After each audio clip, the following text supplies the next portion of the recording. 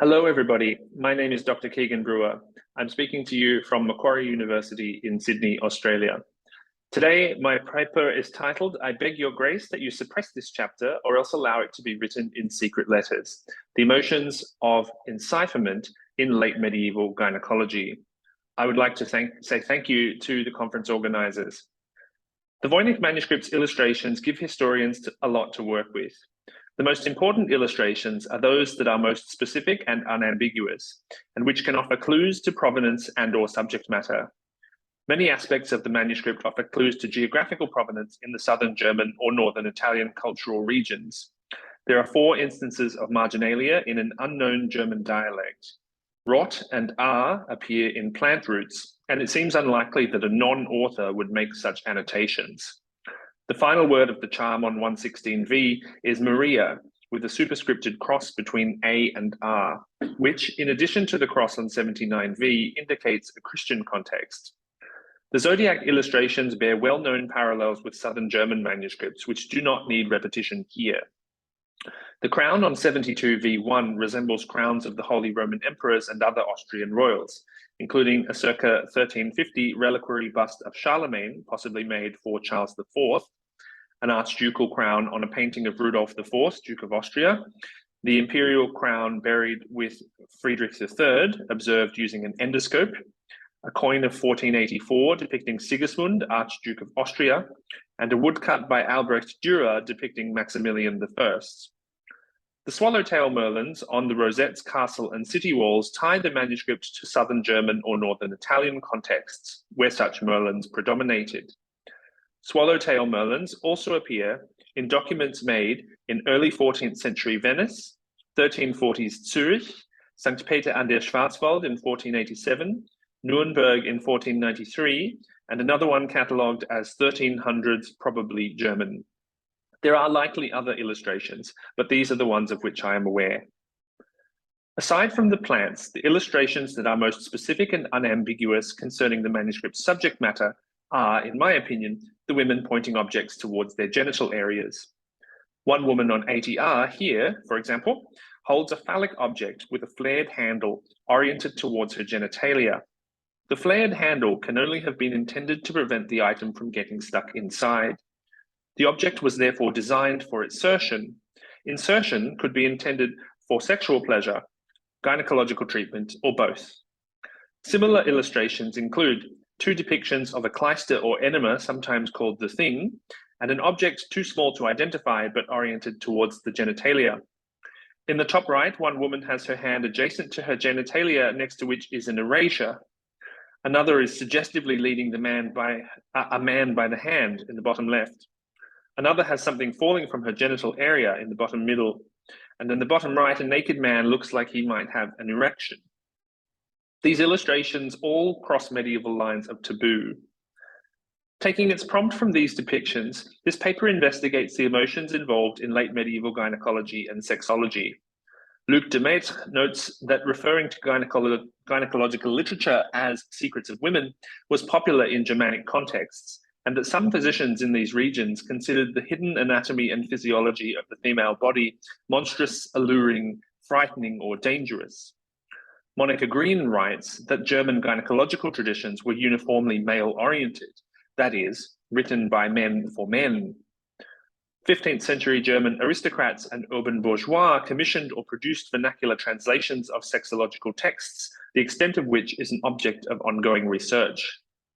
In the context of this movement, part of what William Eman calls the domestication of secrets, that is, the increasing popularity of books of secrets in aristocratic households as opposed to monasteries and universities, the question then becomes, did concerns about women's secrets or particular aspects thereof manifest in encipherment? The answer is yes.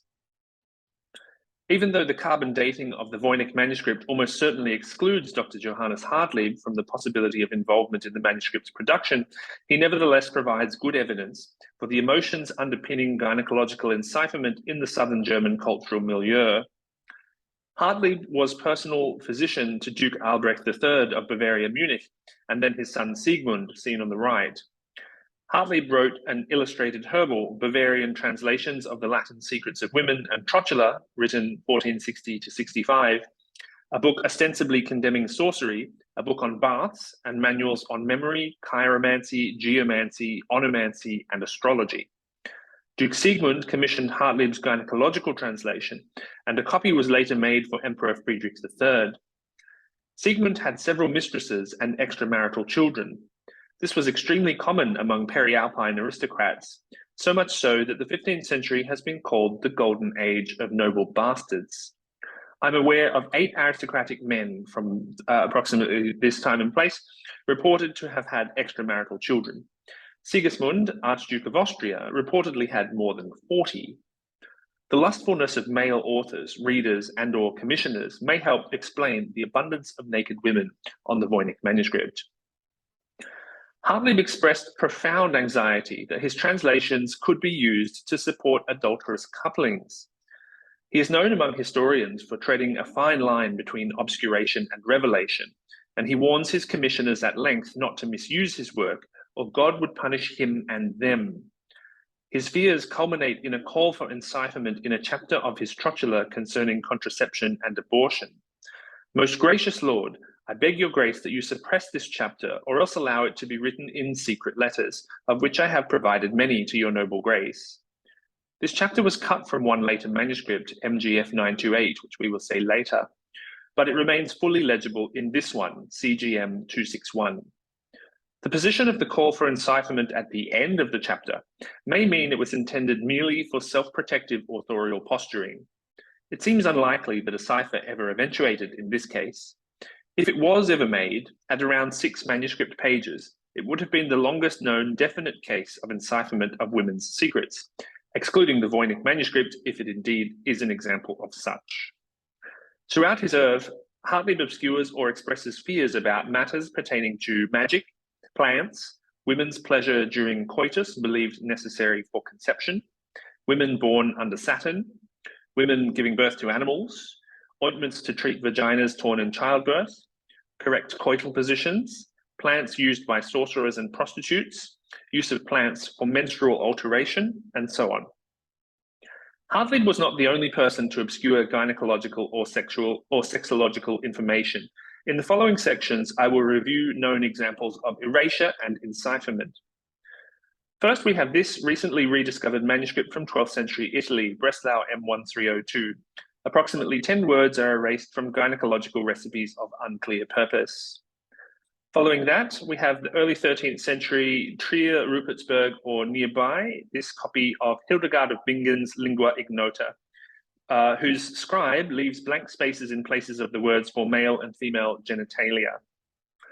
In the Speyerer Arzneibuch, this one, we have an ingredient in an abortifacient recipe scratched off. This is from Austria, 1321.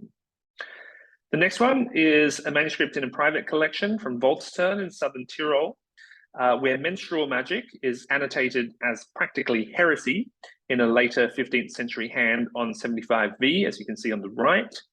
And on the left image, we have the removal of half of folio 122, adjacent to magical recipes for reducing excessive menstruation.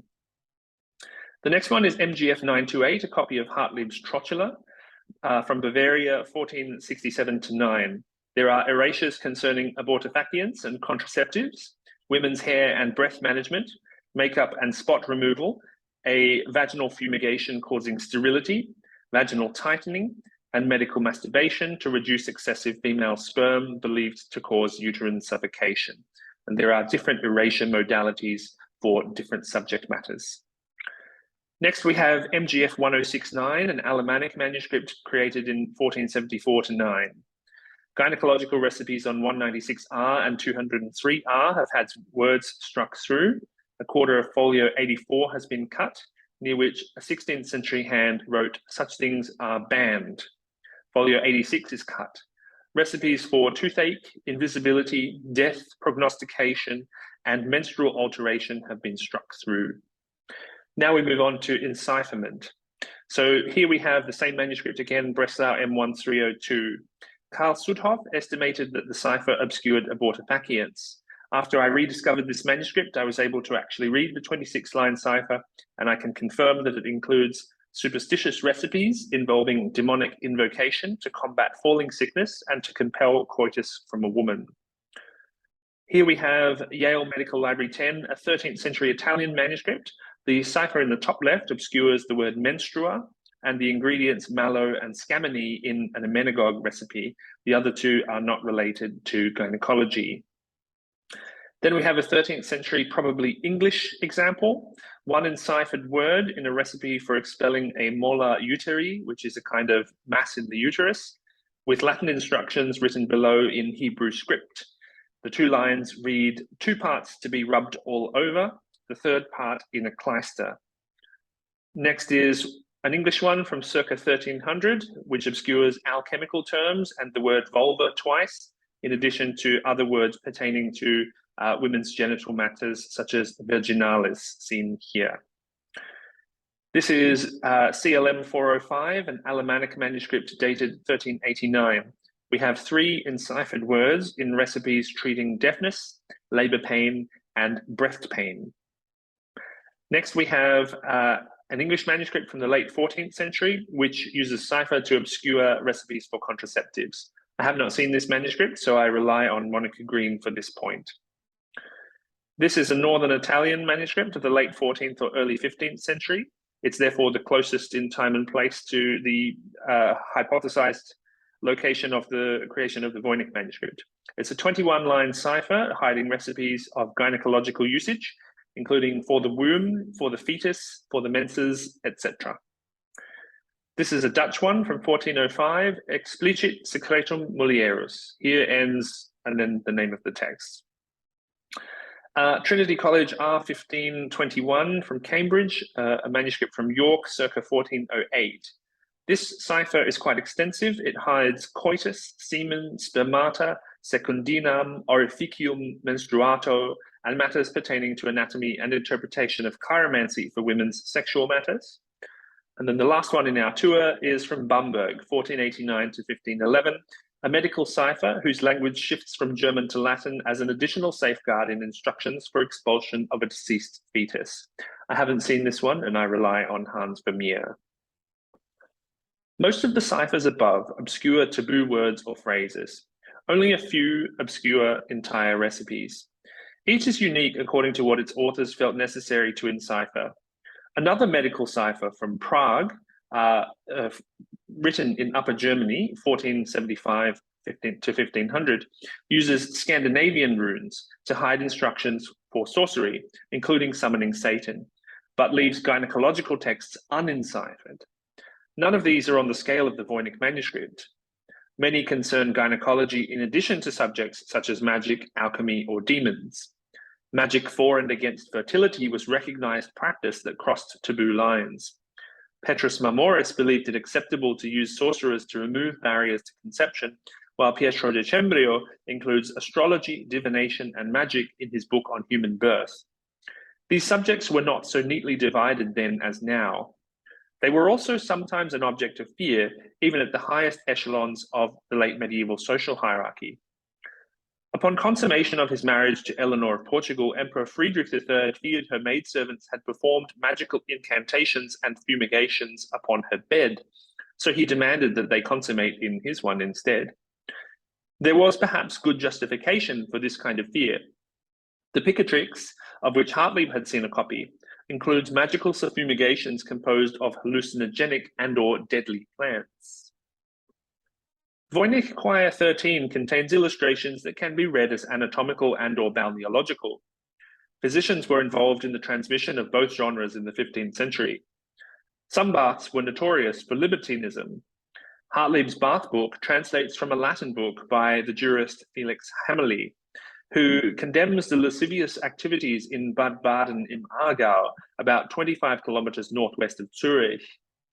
In 1416, an Italian, Poggio Bracciolini, visited Kaiserstuhl, about 25 kilometers north of Zurich, and observed nude mixed-sex bathing and games involving the private parts. Bracciolini expressed his embarrassment about the baths in a letter to a friend. His German bathing experience was not in keeping with his bathing experiences in Italy. In 1463, Bishop Burchard von Constance gave power of attorney to the local priest in Baden to arrest clergy who participated in such activities, which took place several times. There was a great outpouring of sexological writing throughout late medieval Europe, beneath which is a consistent vein of obscurantism. The Trotula received an abbreviated version with contraceptives removed. A late 13th century French encyclopedia called Placides et Timaeus describes coitus but cuts short at orgasm, which Karma Lockery calls a textual coitus interruptus. A 15th century Dutch Secrets of Women mentions abortion, but changes the subject quickly. In England, someone removed 2 penile recipes from a head-to-toe book of medical recipes. The German author of the Latin Secrets of Women encourages his readers to keep the text away from children of age or manners. He cuts himself off, he says, because he fears God, in his discussion of certain whores, so he says, who allegedly placed iron in their vaginas to wound penises. Thomas of Cantimpré has embryological and obstetrical sections in his Natural Encyclopedia, but does not write about the genitals, quote, because of the shame of them, it is not useful to read or hear about such things. Conrad von Megenberg omits even the obstetrical and embryological material. Hartlieb calls women's secrets rightly hidden and worries that God will punish anyone who reveals them. In his Herbal, written between 1435 and 1450, Hartlieb quotes Origenes, an alchemist, to justify the obscuration of the secrets of verbena from street runners, which I take to mean prostitutes. Quote, whoever reveals, uncovers, and exposes the secrets, God will hate them and not allow the levity to go unpunished. He used similar quotations from Origenes in his Art of Memory, probably written in 1430, and Secrets of Women, written between 1460 to 65. The quotation was therefore enduringly valuable to him over many decades as a justification for his deep-seated fears about the propagation of women's secrets, or many types of secrets. Hartlieb mentions women who give birth to many plus kinds of animals. The plus represents the physician crossing himself to avert horror, and he leaves out the discussion for the sake of women. He also obscures, for the sake of women, midwives' ointments to heal vaginas torn in childbirth. A Dutch Trotula begs women, quote, not to curse me, for I have not written this to harm them, but for their benefit. Hartlieb mentions methods for attaining permanent sterility for women. Quote, some desperate and despondent women certainly inquire about them, but Hartlieb would not record the recipes on account of immoral people and because harm may result. He may have been influenced by his university study here. Michele Savonarola was professor of medicine at Padua until 1440, where Hartlieb received his doctorate in 1439.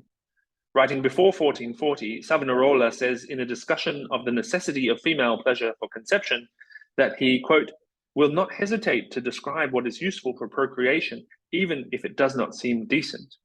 But he relies on the doctor's prudence for what he cannot set down in writing. Concerns about taboo subjects need not be the sole motivation for the Voynich encipherment, as they can coexist with proprietary concerns and anxieties about physical danger or death of patients, and the spiritual punishment of careless physicians. Some abortifacient recipes, for example, seem to have operated on the principle of bringing the woman almost to the point of death, just enough to kill the fetus, but not the woman. One of Hartlieb's abortifacient recipes, for example, instructs the woman to drink the water in which blacksmiths have placed their tongs. Many of his other abortifacient recipes are superstitious, often involving animal parts, which were common medical ingredients and which do not appear in the surviving Voynich illustrations. The cases of erasure, encipherment, and self-censorship presented above, while very different in scope to the Voynich manuscript, prove that amid the abundance of sexological writing in late medieval Europe generally, many physicians independently considered particular aspects of women's secrets worthy of obscuration, particularly those relating to coitus and genitalia. What that might mean for the woman on ATR pointing an object towards her vagina, and many other illustrations on the Voynich manuscript besides, is worth contemplating.